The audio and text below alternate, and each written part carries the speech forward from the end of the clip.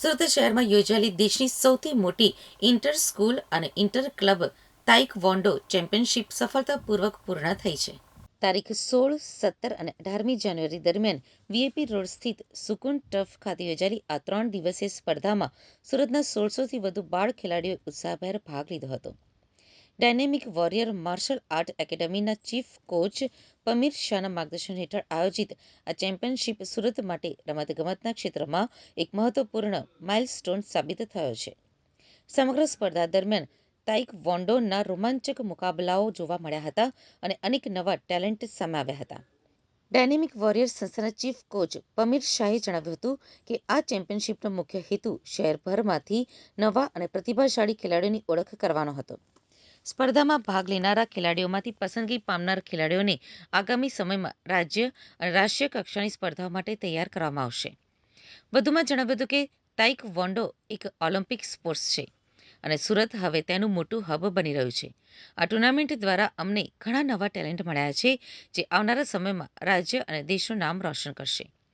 પમીર શાહે વધુમાં જણાવ્યું હતું કે અત્યાર સુધી સુરતના 4 ખેલાડીઓએ એશિયન ચેમ્પિયનશિપમાં મેડલ જીત્યા છે. અનેક ખેલાડીઓએ નેશનલ લેવલ ઉપર ગોલ્ડ, સિલ્વર અને બ્રોન્ઝ મેડલ મેળવ્યા છે. નેશનલ ગેમ્સમાં સુરતના ખેલાડીઓએ 4 ગોલ્ડ, 2 સિલ્વર અને 2 બ્રોન્ઝ મેડલ જીત્યા છે. 26 ખેલાડીઓ દર વર્ષે એશિયન, વર્લ્ડ અને કોમનવેલ્થ ચેમ્પિયનશિપમાં ભાગ લઈ રહ્યા છે. આ સિદ્ધિઓના કારણે સુરત દેશભરમાં તાઇકવોન્ડોનું મહત્વપૂર્ણ કેન્દ્ર બની રહ્યું છે.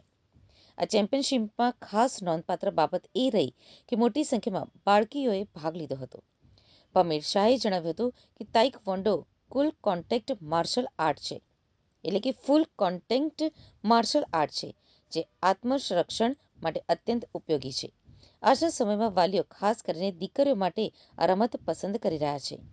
ડાયનેમિક વોરિયર એકેડેમી દ્વારા પ્રતિભાશાળી ખેલાડીઓને અઠવાડિયે 6 દિવસ અને ઉચ્ચ સ્તરના ખેલાડીઓને રોજ 3 થી 4 કલાકની કઠોર તાલીમ આપવામાં આવે છે. ખેલાડીઓને Khel Mahakumbh, federation cup, CBSE all India inter university અને એશિયન ચેમ્પિયનશિપ જેવી મોટી સ્પર્ધાઓ માટે તૈયાર કરવામાં આવે છે. ઉલ્લેખનીય છે કે 3 દિવસીય આ ભવ્ય આયોજનથી સુરતમાં તાઇકવોન્ડો પ્રત્યે લોકોનો ઉત્સાહ વધ્યો છે અને ભવિષ્યમાં વધુ મોટા સ્તરની સ્પર્ધાઓના માર્ગ ખુલ્યા છે.